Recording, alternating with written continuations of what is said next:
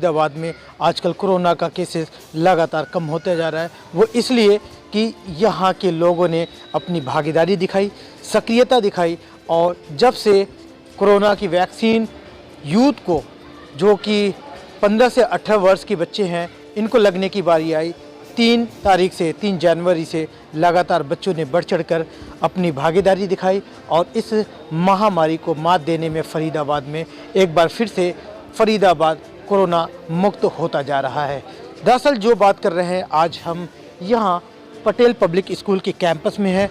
यहाँ vaccination camp का आयोजन किया जा रहा है और स्कूल के कैंपस में जो आसपास के बच्चे हैं और उसके साथ साथ जो स्कूल के बच्चे इनरोल्ड हैं, वो सभी यहाँ आज ऐसे मौके पर वैक्सीनेशन करा रहे हैं। सर मैं तो इसी स्कूल का स्टाफ हूँ। अच्छा, स्टाफ हैं। हाँ जी, मैं तो इसी स्कूल। क्या आपकी ड्यूटी है आज?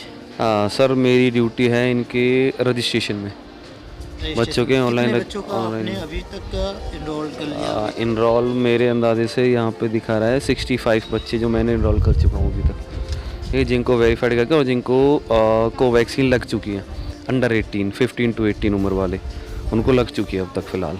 तो बच्चों को किस तरीके से आप लोग कन्वे कर रहे हैं, क्या मैसेज दे रहे हैं, या आपकी ड्यूटी क्या है स्पेशली? वैक्सीन के लिए बोल रहे हैं, जो बच्चे 15 से ऊपर हैं या उनसे भी हैं, उस आगे के बच्चे, उनको वैक्सीन के लिए बोला जाए। मैं राजीव कॉलोनी से। पढ़ाई करते हो? हाँ। कहाँ पे? सरकारी स्कूल में। सरकारी स्कूल में। यहाँ आज वैक्सीन लगवाने आए हो, कैसे पता लगा आपको? हमें बताया गया कि स्कूल में कि लग रहा है, इसलिए आए हम। आप कहाँ से हैं? हम भी राजीव कॉलोनी से आए हैं। राजीव कॉलोनी से। अभी तक लगा नहीं था क्या वैक्सीन? हमें सेकंड डोज लगेगा। अच्छा, सेकंड डोज? Yes sir. कितना दिन के गैप पे लग रहा है सेकंड डोज? सर 25 डेज के। तो फर्स्ट डोज कहाँ लगवाए थे आपने? हमने डिस्पेंसरी पे लगाया था, चुंगी पे। तो ये सेकंड डोज लगवा रहे हैं? Yes sir. तो ये बताओ, कुछ फर्स्ट डोज और सेकंड डोज जो लगवाए हो, कोई बॉडी में रिएक्शन या फिर कुछ लगा आपको? सर मुझे तो कुछ भी नहीं हुआ। सही है? हाँ सर, कोरोना मैं बिल्कुल फिट हूँ। अच्छा, कोरोना से कितना बचाव है? सर मेरा पूरा बचाव है। ये अभी वैक्सीन फर्स्ट डोज लगा रही है? सेकंड डोज है। फर्स्ट डोज कब लगाए थे और कहाँ लगाए थे? फर्स्ट डोज डिस्पेंसरी में लगवाया था हमने। डिस्पेंसरी में? कितने दिन पहले? तो 28 डेज पहले हमने फर्स्ट डोज लगवाया था। अच्छा, पढ़ाई करते हो, क्या करते हो? पढ़ाई करते हैं, 11th क्लास में, रावल BS के सीनियर सेकेंडरी स्कूल। आज यहाँ वैक्सीनेशन का जो कैंप लगा है? हाँ जी, हमें डिस्पेंसरी वालों ने बताया था पटेल स्कूल में वैक्सीन लग रही है, तो हम लोग आए। तो ये बताओ, फर्स्ट डोज जब लगाए थे आप और सेकेंड डोज लगवाने आए, हाँ जी, तो ये बताओ, कोई डर और या फिर कुछ कहना? नहीं, हमें कोई हेजिटेशन नहीं हुई थी। कोई दिक्कत भी महसूस हुआ कभी? नहीं, सही है, यानी कि बिल्कुल फिट। कोरोना का कितना अब आपके अंदर फियर है या नहीं है? कोरोना का फियर पहले भी नहीं था, अब भी नहीं है। पटेल स्कूल के कैंपस में है और आप ये देख सकते हैं कि कितने डिसिप्लिन तरीके से यहाँ पर स्कूल का मैनेजमेंट पे लगातार बच्चों को रूल पालन कराया जा रहा है। इनसे पालन इसलिए कराया जा रहा है कि वैक्सीनेशन का जो दौर चल रहा है और यहाँ इनरोल्ड होकर बच्चे जब यहाँ आ रहे हैं, अपनी बारी की प्रतीक्षा कर रहे हैं, तो हम दिखाएंगे कि ये जो बच्चे आज सेकेंड डोज लगवा रहे हैं या फर्स्ट डोज लगवा रहे हैं, या फिर जिस तरीके से यहाँ पर हेल्थ वर्कर हैं, तो इनको किस तरीके से मोटिवेट कर रहे हैं, या फिर क्या अभी भी इन लोगों में खौफ है जो बच्चे वैक्सीनेशन फर्स्ट टाइम करा रहे हैं, या फिर लगातार जब वैक्सीनेशन हो रहा है, तो इसमें क्या अपना प्रतिक्रिया देना चाहेंगे? मैम, कहाँ से आप लोग आए हैं, क्या नाम है आपका? सर मेरा नाम सुमन है, मैं UPSC राजीव कॉलोनी से आए हैं। ये वैक्सीनेशन कौन सा, फर्स्ट डोज सेकेंड डोज, क्या? ये सर जो 15 to 17 ईयर के जो बच्चे हैं उनको फर्स्ट डोज, बाकी जिनको सेकंड डोज है, कोविशील्ड है या कोवैक्सीन है, सबको लगाई जा रही है। इन बच्चों में कोई डर और भय अब तो मुझे लगता है नहीं सर, किसी को कोई डर भय कुछ नहीं है। प्रिंसिपल सर ने पहले से ही बच्चों को बिल्कुल अच्छे से तैयार किया हुआ है, कोई भय किसी के अंदर नहीं है। सर भी हमारे बहुत अच्छे हैं, पूरा कोऑपरेशन देते हैं, एंट्री के लिए भी हर तरीके से। आपके पास कितनी टीम है, कौन कौन से लोग आए हैं, जो आप लोग हैं, क्या डेजिग्नेशन है? सर हम तो 2 ANMs हैं, 2 हमारी आसाज हैं और हम 4 लोग हैं, बाकी सर के साथ हमारे सर लग गए हैं 100 के करीब लग गए हैं। क्या नाम है आपका? मेरा शीला। तो शीला में कितने लोगों को आप लगा दिए? हमने लगा दिए सर 100 के करीब।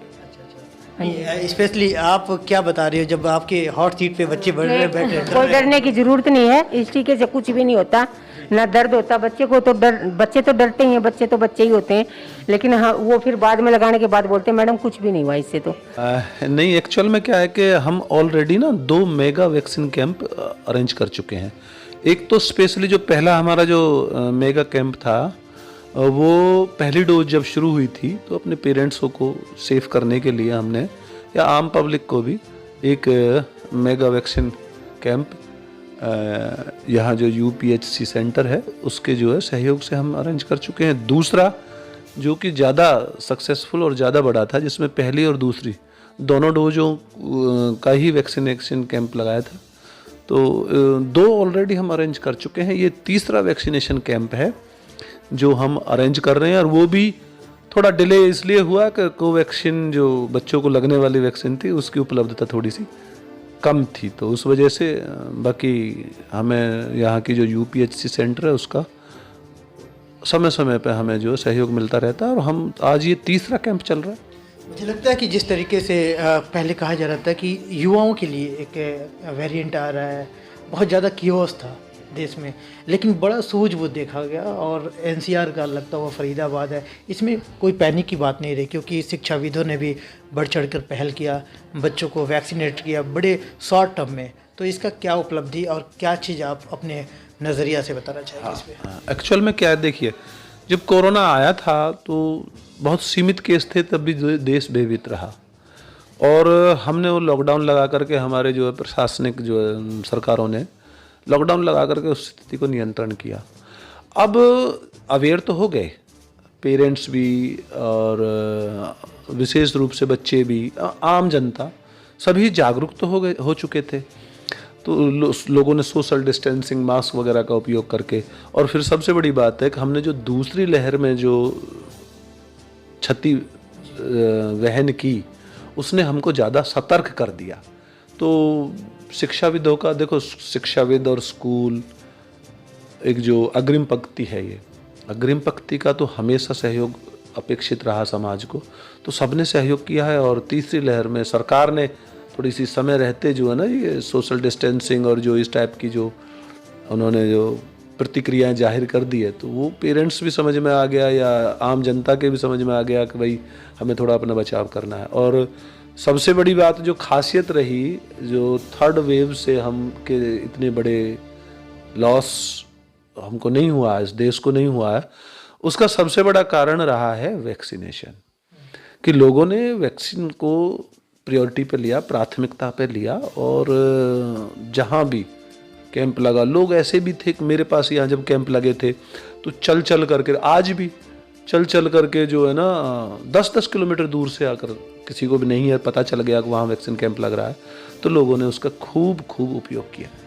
लास्ट क्वेश्चन है कि अब क्या स्कूल जो है एक उम्मीद लगा के बैठे हैं कि हो सकता है कि अब कोई बैरियर ना आए और चलेंगे, स्मूथली चलेंगे, तो इस पे आपका क्या प्रतिक्रिया होगा? हाँ, देखो सर, होप सो, हम नहीं, एक सीधी सी बात है कि आने वाली पीढ़ी को सभी सरकारें बचाती है, तो देश को अगर आगे लेके जाना था तो युवाओं को सुरक्षित भी रखना जरूरी था।